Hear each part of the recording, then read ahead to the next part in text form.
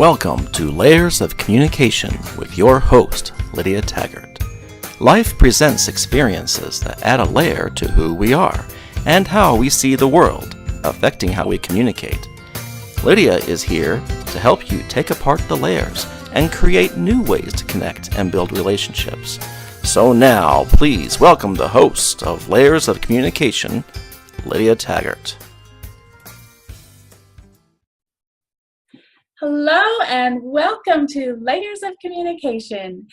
I'm Lydia Taggart, your host, and today we are talking about anxiety and depression. What kind of things can we get rid of, or can we use to get rid of this anxiety and depression? Now let's talk about anxiety. Sometimes big things get us anxious. Sometimes little things get us anxious. It doesn't matter how big or small it is. When we have anxiety, it has the same effect on us. It's something we want to avoid and kind of minimize as much as possible. Anxiety is there for a reason, though. Any kind of stress pulls us out, helps us grow, helps us to be better people, helps us to, they say what doesn't kill us makes us stronger, right? And I have found that to definitely be true. Once we get over whatever challenge we're working on, this experience helps us get prepared for what's coming next. We're stronger, we can do bigger, better things. So, I've had some anxiety when I was having my quadruplets. There was a little bit of anxiety there. Like, quadruplets, and I already got 2 kids. So what do I do with that? And how do we deal with that? And the number one thing that helped me the most was to feel the feelings, allow myself to be stressed a little bit, and allow myself to experience that without any issues. Hi, Michelle. I'm so glad you're here. So we're just talking about anxiety, and we're going to try this chart thing again. It shows it the right way, but I think when we record it when we post it to YouTube, it flips it around. So anxiety is down here, one of these basic kind of things. We don't have order and structure. We're stressed out about our basic needs being met or not. Turn it around this way just in case. Order and structure, basic needs. They're at the foundation of everything else. We can't progress if we're overstressed. Hey, that sounds kind of cool. Progress. Release the stress. Progress. Okay. So one of the things that I like to do as we're waiting for our guest to get here, she giving me same anxiety. Maybe she won't show up. But one of the things that I like to do to release stress is to write it down. I imagine all of the things in my mind. They come down my arm, into my hand, out onto the paper. And then they're not a part of me anymore. They're on the paper. I can see them. I can deal with it. And I have space in my head for other things like happy thoughts and being able to think clearly. I tell my kids a lot of times that you can't think if you're stuck in an emotion. If we're busy crying, we can't have ideas and communicate and think about that. So this is one of my favorite ways to clear the mind so we can have those conversations and even think and have a conversation with ourselves about what am I really going to do about this? Is it really a problem? So I take all of that stuff that's in my head, take it down my arm, out into the paper, and I can see what I'm up against. When I can see it, then I can have a plan of what I really need to do to deal with and attack that, right? And so it can be anything.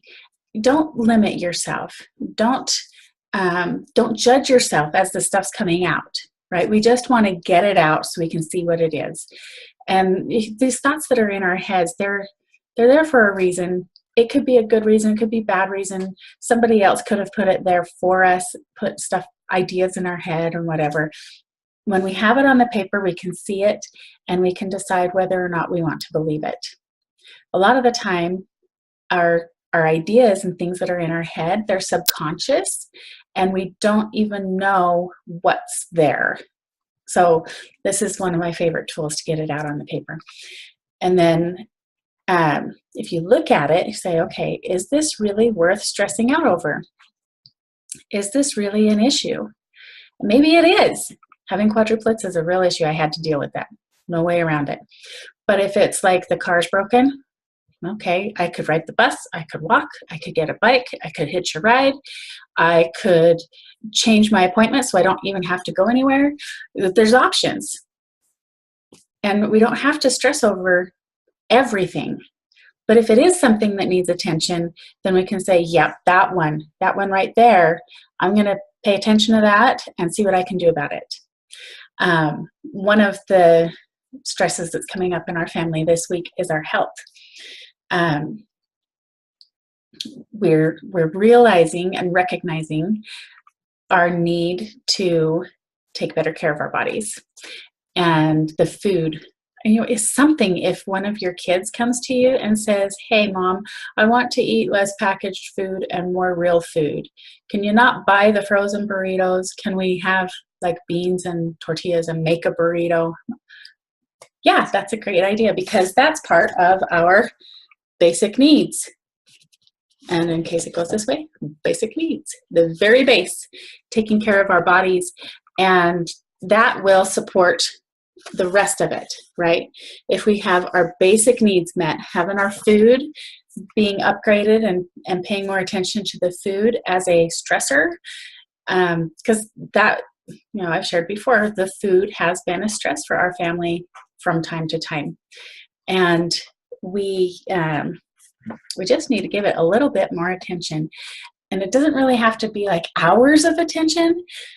How much more time does it really take to get a can of beans out instead of a frozen bean burrito? It doesn't really take a whole lot of time. Now, there's different levels and layers to improving that food choice. We can move from the frozen burrito to the can of beans to maybe the crock pot sitting overnight and making our own real beans. There's layers that we can improve more, and burritos probably aren't the best food choice anyway, but that's our example today. Anyway, I'm going to just check and see if she's still coming, because I thought she was still coming. And maybe if she doesn't come, I'll tell you my 3 things.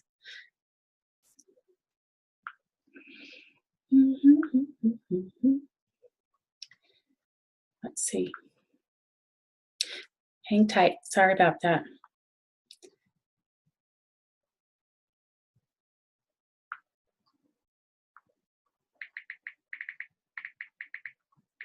Are you coming? Maybe she had some family emergency or something today. We'll just see what happens. Maybe she'll come.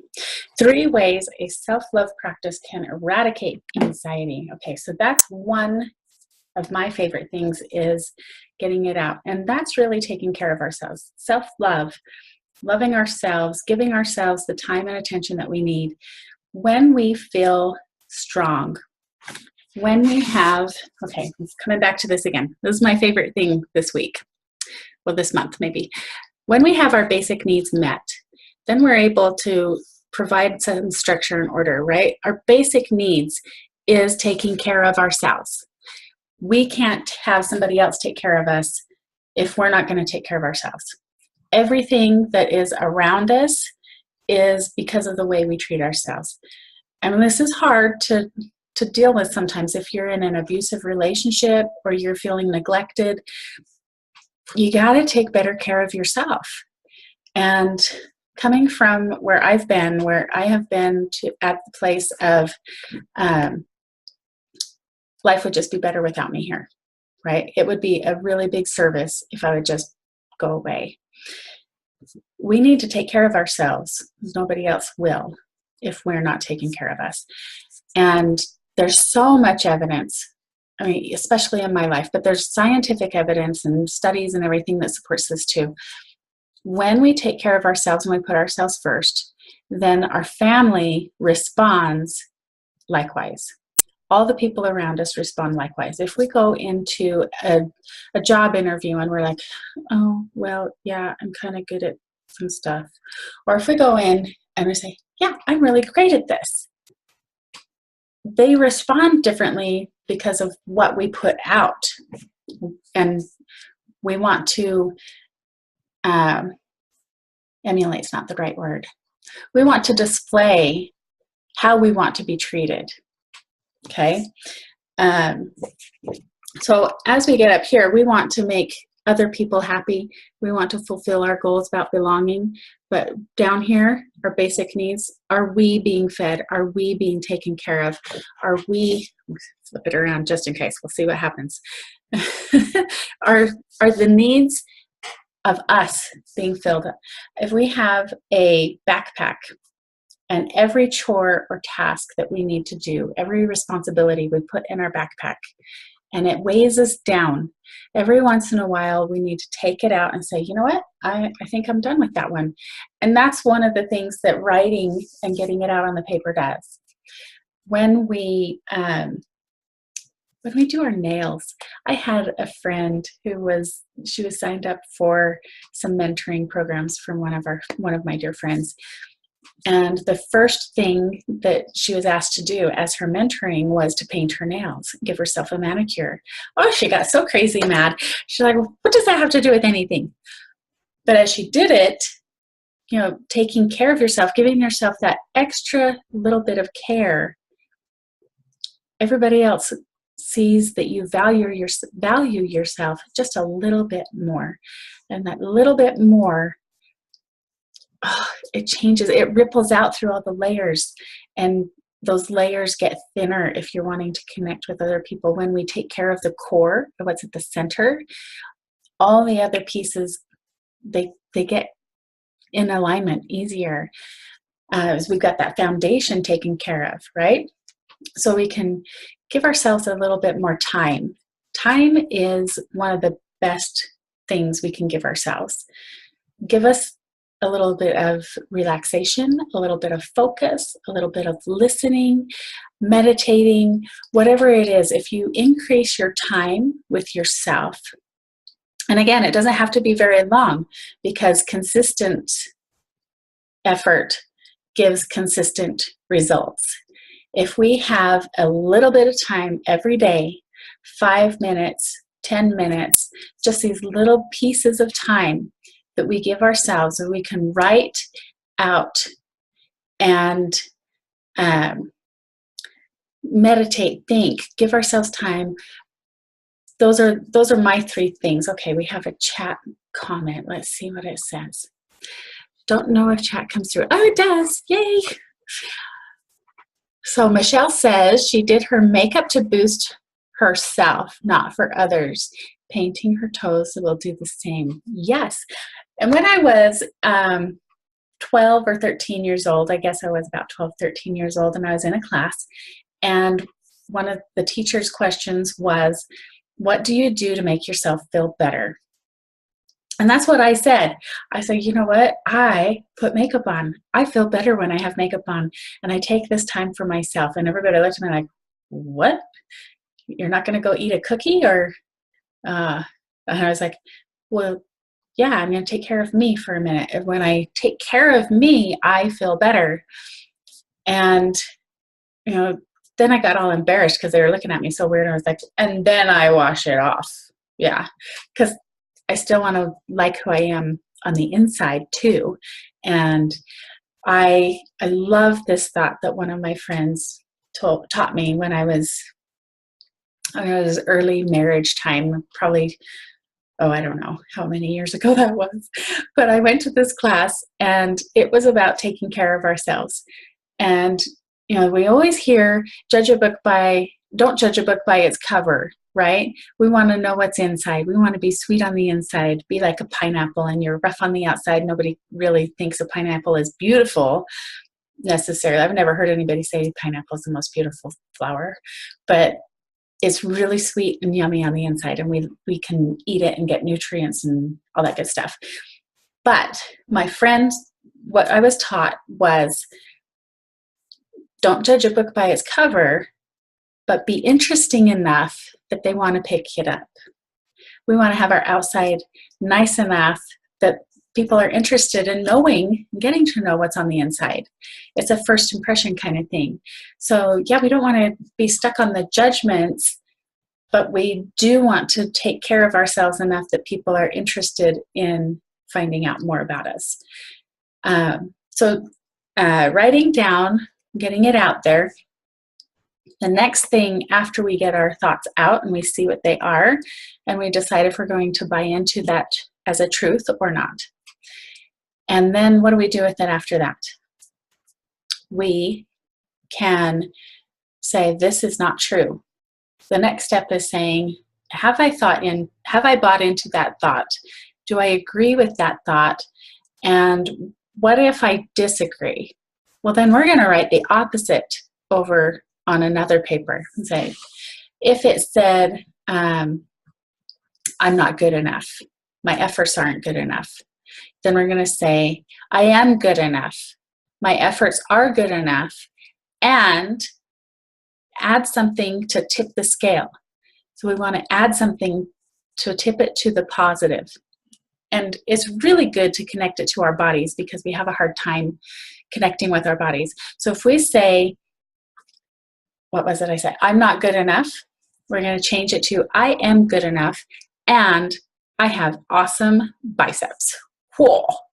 You can't see them because they're in the other part of the video. We have something to connect it to our bodies and build ourselves up. At the core, we've disconnected a lot of times. Most of us actually have become disconnected with our bodies. Our souls, our spirits, and our bodies are not cooperating as well as they could. And, how often do you say, I'm thankful for my body. I love my body. I'm so glad I have a body. We don't hear that near as often as I need to do more sit-ups. I shouldn't eat that cookie, or any number of things. We say, I don't like my body in so many different ways.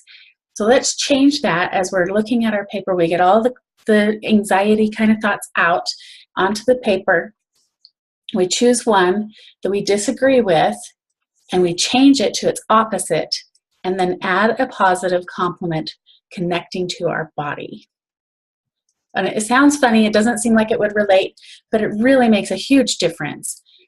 So we say, I am good enough, I'm more than good enough, and I have awesome biceps. My legs are really strong. They take me places. I can walk up and down the stairs. We do so many things with our bodies and we don't even think about it.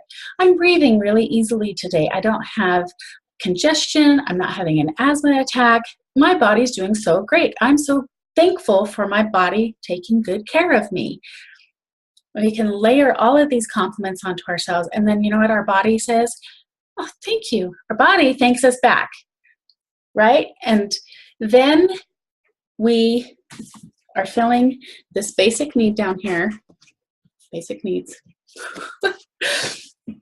and we are taking good care of ourselves, and that will fight the depression. We get the anxiety taken care of and the depression, they go hand in hand.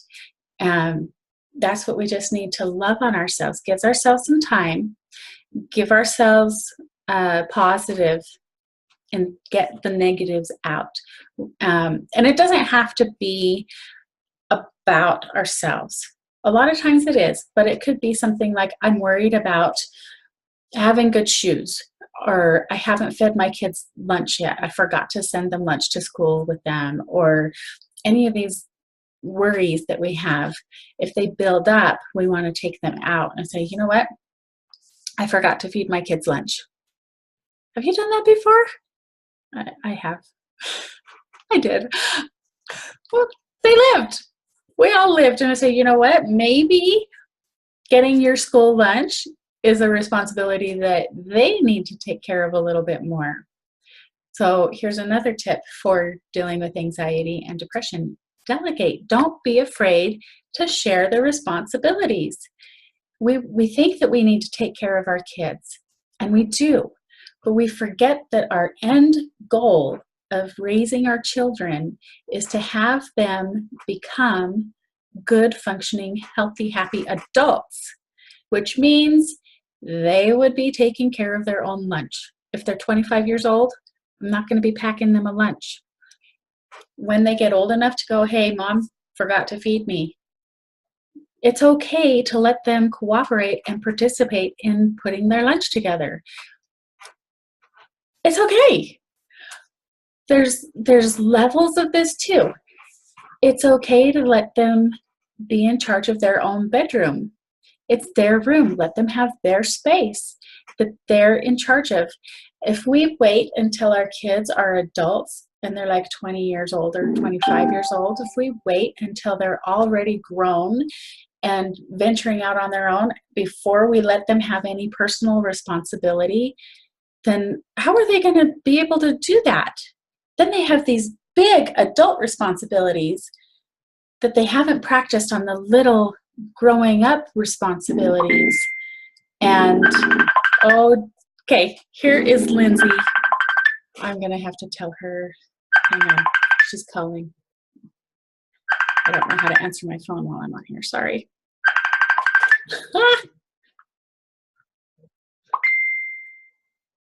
She's in a different time zone.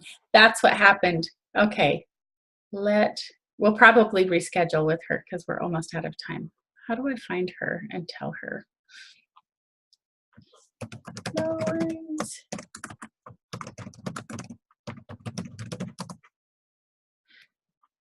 Okay, we will reschedule Lindsay, and she will give us even more tips, I'm sure.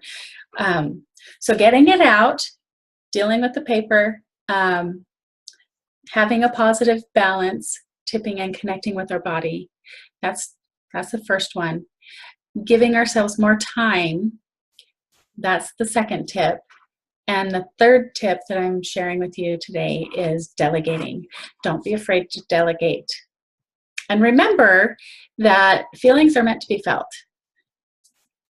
Don't worry about having a feeling. You've got them for a reason. Feelings are meant to be felt. Don't worry about it. Just don't get stuck in that feeling forever. We want to move through it. And I see this a lot where we get anxious about having a feeling. Don't worry about it. They're there for your good. Feelings are to help us. And we learn to manage our feelings and our emotions when we take them out onto the paper and we're able to see them and know what we're up against. We know how to deal with it. We can think about it more clearly. You can't have a conversation with anybody if they're busy crying. Let them cry. Don't tell them to stop. Don't tell them that it's not okay, because sometimes we need to cry. I remember when my kids were little, we've only got about 5 minutes left, but when my kids were little and they would cry, and sometimes kids just cry for attention. Sometimes they think, oh, that got a reaction last time. Maybe I'll try it again. And so they cry longer or more. And it's not always because they're hurt. And so there were a few times that my daughter in particular, she would just be crying and crying. And I was like, okay, that's been long enough. And so Lily, in 5 seconds, you're going to be done. Crying. 5, 4, 3, 2, 1. You're done. Okay, I'm done. And that's the way it works. Give them some time to feel the feeling, and then like, okay, we don't have to feel that anymore. And it can work for us too. That's one of the things that got me through my depression as well, is giving myself a time limit, that it's okay to feel that, but we just don't live in it forever. And if you're going through some grief, don't give yourself a short time limit. It's okay to have a long time. So give yourself time. So do you have any questions or comments? Michelle, I know you're watching. Let me know if you have any other issues or things that we want to talk about. We'll share with you. I'm Lydia Taggart. You can find me on lydiataggart.com. And Lindsay says sorry. So sorry. We'll just reschedule her. She'll be fantastic on another day, and we'll be more clear on the time zones. August 11th, we are having a parents' play shop. That's one of my favorite things. We want to play. We want to have fun. And once we get the anxiety and the depression kind of under control, then we can step into the next phase, which is playing and having fun. And let's get there. Let's do it. So August 11th, we're having a parents' play shop, and you can sign up. I believe there's a link on the Facebook page, and there should be a link on the website as well, lydiataggart.com. And we'd love for you being here. Thank you so much for being here. Remember that you are worth it, and so are they. All these things, they're worth it. You are worth it. Give yourself that extra time and attention and love, that little bit of an upgrade. We know you're awesome on the inside. Let everybody else see how interesting you are on the outside so that they want to pick up the book and find out what's inside. Because you are super sweet and yummy on the inside. I just know it. You're worth it, and so are they. Thanks for being here today. And next week, we are going to be having, let's see, who are we having next week? Oh, Missy. Yay, Missy. I love Missy. She's my friend. She has been doing some bodybuilding contests, and spiritually, she's just really awesome. She's really, really awesome. And as I've been taking on this new focus on our health and checking out how to take better care of our bodies, I'm really excited to have her come and join us next week. You're going to love it. I love her. She's going to be fantastic. And I'm so glad you're here. Thanks for being here. And we will check you out next time. Check us out next time. We'll see you. Thanks. Love you. Bye.